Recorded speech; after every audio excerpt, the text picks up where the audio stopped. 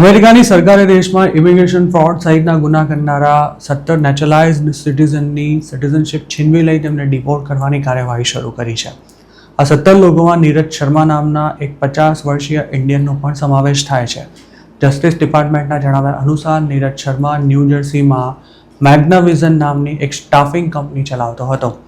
નીરજ શર્માએ આ કંપનીના CEO તરીકે 11 જેટલી fraud H-1B visa petitions file કરી હતી.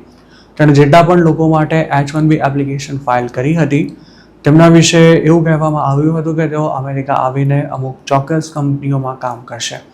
તેમના માટે તેણે જે તે કંપનીના બનાવટી કોર્પોરેટ લેટર હેડ પણ રજૂ કર્યા હતા, જેના પર તે કંપનીના એક્ઝિક્યુટિવ્સના ફેક સિગ્નેચર કરવામાં આવ્યા હતા. 2017માં ખુદ નીરજ શર્માએ અમેરિકાની સિટીઝનશિપ માટે એપ્લાય કર્યું હતું.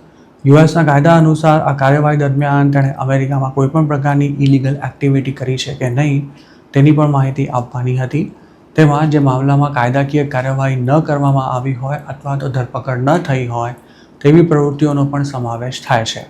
જોકે શર્માએ નેચરલાઇઝેશન માટે અપ્લાય કરતા પહેલાં કરેલા ઇમિગ્રેશન કૌભાંડની કોઈ જ વિગતો USCIS સમક્ષ નહોતી જણાવી.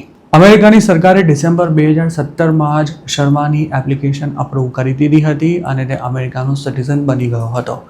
જોકે ત્યારબાદ તેની સામે ઇમિગ્રેશન ફ્રોડની તપાસ શરૂ થઈ હતી અને તેણે એપ્રિલ 2015થી એપ્રિલ 2017ના ગાળા દરમિયાન H-1B માટે 11 ફેક પિટિશન ફાઇલ કરી હોવાના પુરાવા પણ મળી આવ્યા હતા. 2019માં જ આરોપીએ પોતાનો ગુનો કબૂલ કરી લીધો હતો. આ કેસમાં એપ્રિલ 6, 2021માં ફેડરલ કોર્ટે શર્માને 10 મહિનાના હોમ ડિટેન્શન અને 3 વર્ષના પ્રોબેશનની સજા કરી હતી. અમેરિકામાં સ્ટાફિંગ કંપની ચલાવતા ઘણા દેશીઓ આ જ પ્રકારના ફ્રોડ કરતા હોય છે. તેઓ જેમના માટે H-1B પિટિશન ફાઇલ કરે છે તેમની પાસેથી સારી એવી ફી વસૂલતા હોય છે અને અમેરિકા આવ્યા બાદ પણ તેમણે પોતાના પગારમાંથી ખાસી રકમ સ્ટાફિંગ કંપનીને પે કરવી પડતી હોય છે. નીરજ શર્માએ પણ કોર્ટના રેકોર્ડ અનુસાર 11 ફેક પિટિશન ફાઇલ કરી હતી, જેમાં તે સારા એવા પૈસા પણ કમાયો હશે. જોકે હવે તેને આ કૌભાંડને કારણે પોતાની US સિટીઝનશિપ ગુમાવવાનો વારો આવ્યો છે. અમેરિકાની સિટીઝનશિપ લેવા માટે N-500 ફોર્મ ભરવાનું હોય છે. તેમાં પાર્ટ 12ના ક્વેશ્ચન નંબર 12માં એપ્લિકન્ટે અમેરિકામાં કોઈ એવો ક્રાઇમ કર્યો છે કે પછી તેનો પ્રયાસ કર્યો છે અથવા મદદ કરી છે કે જેમાં તેની ધરપકડ ન કરવામાં આવી હોય તેની વિગતો આપવાની હોય છે. આ સિવાય 31 નંબરનો સવાલ એપ્લિકન્ટે કોઈ ખોટી અથવા ગેરમાર્ગે દોરનારી માહિતી અથવા ડોક્યુમેન્ટ જમા કરાવ્યા છે કે નહીં તેને લગતો હોય છે.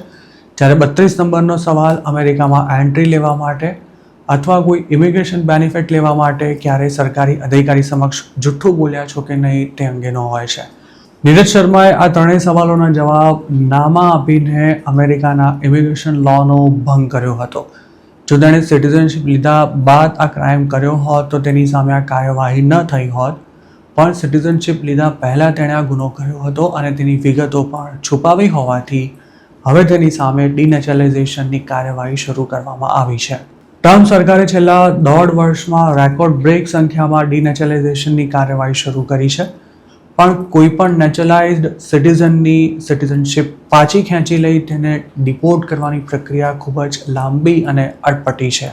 આ ઉપરાંત ડિનેચરલાઇઝેશન બાદ પણ તેને આસાનીથી ડિપોર્ટ નથી કરી શકાતો, કારણ કે તે પોતાની હોમ કન્ટ્રીની સિટીઝનશિપ સરેન્ડર કરી ચૂક્યો હોવાથી તેનો ખુદનો દેશ તેને સ્વીકારવાનો ઇનકાર પણ કરી શકે છે. જેમની સિટીઝનશિપ રદ થઈ જાય છે તે અમેરિકામાં સ્ટેટલેસ કે પછી ગ્રીન કાર્ડ પર રહી શકે છે, પણ આજીવન અમેરિકાની બહાર ટ્રાવેલ નથી કરી શકતા કારણ કે તેમની પાસે પાસપોર્ટ નથી હોતો. છેલ્લા 1.5 વર્ષમાં જ નીરજ શર્મા સહિત લગભગ 3 થી 4 ઇન્ડિયન્સ સામે પણ ડિનેચરલાઇઝેશનની કાર્યવાહી શરૂ કરવામાં આવી છે.